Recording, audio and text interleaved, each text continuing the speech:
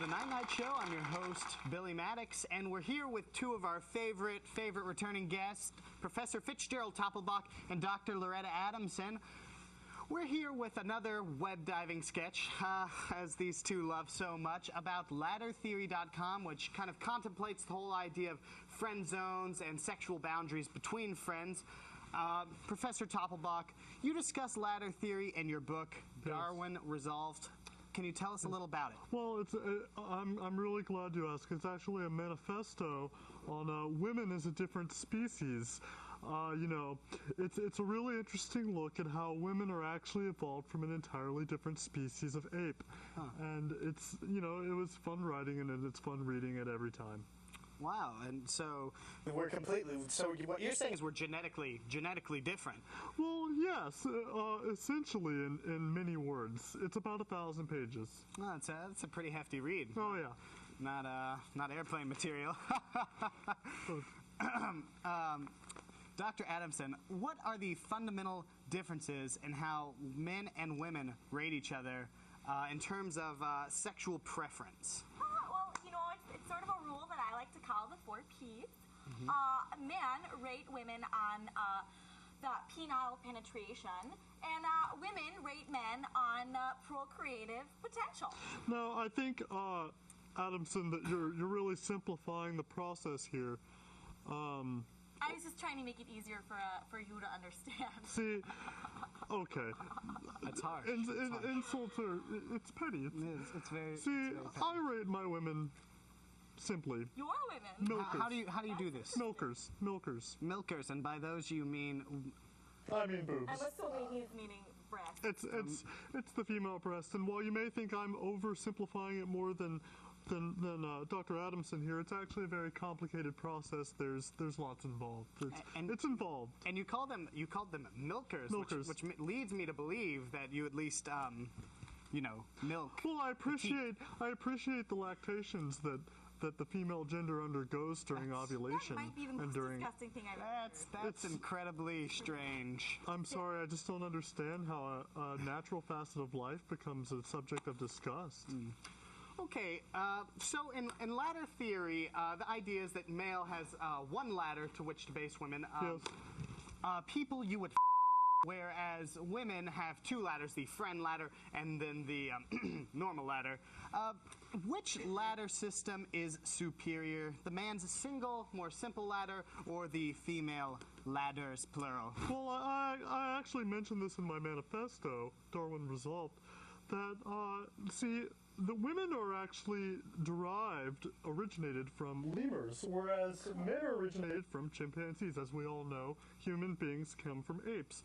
Now, it's no mystery that chimpanzee is intellectually superior to the lemur, as the lemur swings from 2 trees and the chimpanzee climbs up one to escape its predator. I'm going to have to disagree with you there. Actually, lemurs are quite smart. You may not know this, but a lemur is actually the current possessor of the world record for solving the Rubik's Cube in 23 seconds. That study was disproved. You can YouTube it. Last month by Gordon et al. Gordon et al. Disproved this theory. I don't know who Gordon is. Gordon is okay. Well, that just shows how much research you've done on the lemur. Teach me that. I think we can. I think we're on to something here. Try to stay with the ladders. The ladders, the simplicity of what the male wants versus the more complex dual ladder of the female. I'm sorry, Billy. I'm sorry. Dr. Adamson, how do you feel about women and their 2 ladders rating gentlemen? I'd have to just say, first off, that I think ladder is maybe the wrong metaphor for it. I think you guys just call it ladders. Well, how else would you? Because it's something you can mount. Okay, so fair enough. So women always turn an intellectual subject into a topic of sexual discussion. Let's go with Adamson here. Let's see what she. I think maybe perhaps an elevator might be a more apt discussion more because complex. There are different floors and different buttons. And you always need a shaft to operate one. In order to get off on the floor. You need the shaft to operate one. Is that right, Billy? That you technically do need a shaft, but we won't go into that. You also can't operate them during a fire, which is also rather interesting. But here's another question. Is it possible to jump ladders or elevator shafts? How would a person, a prospective dater, if they wanted to jump a ladder or a shaft, what would happen? I'm pleased that you asked. You actually can jump ladders according to a theory that I came up with. See, what you have to do is you have to mentally acquire something that I like to call the metaphorical machete, or abbreviated the metachete. And with the metachete, you basically sever the rungs of the ladder above and below you so that you have no option on that ladder. You're left without option, and what you do is you smoothly transition to the other ladder. And what happens if you can't hold on? That's simply you can't. Metachete, ladies and gentlemen. Metachete. To sever your rung there. Would you like to discuss ladder jumping, Dr. Adamson? No, I wouldn't. So you don't think it's possible for a male to jump from the friend ladder over, or vice versa? No, not unless he gets a raise in his job or something. That is very true. That's poignant in a way. Professor Toppelbach, can men have female friends? No! That was. Do y'all agree? Okay, give us the reasons. I need to know why. No, please give me your reasons. Personally, and I'm only going to speak for my personal experience here. I don't like to speak for people as a whole. I don't have men that are my friends.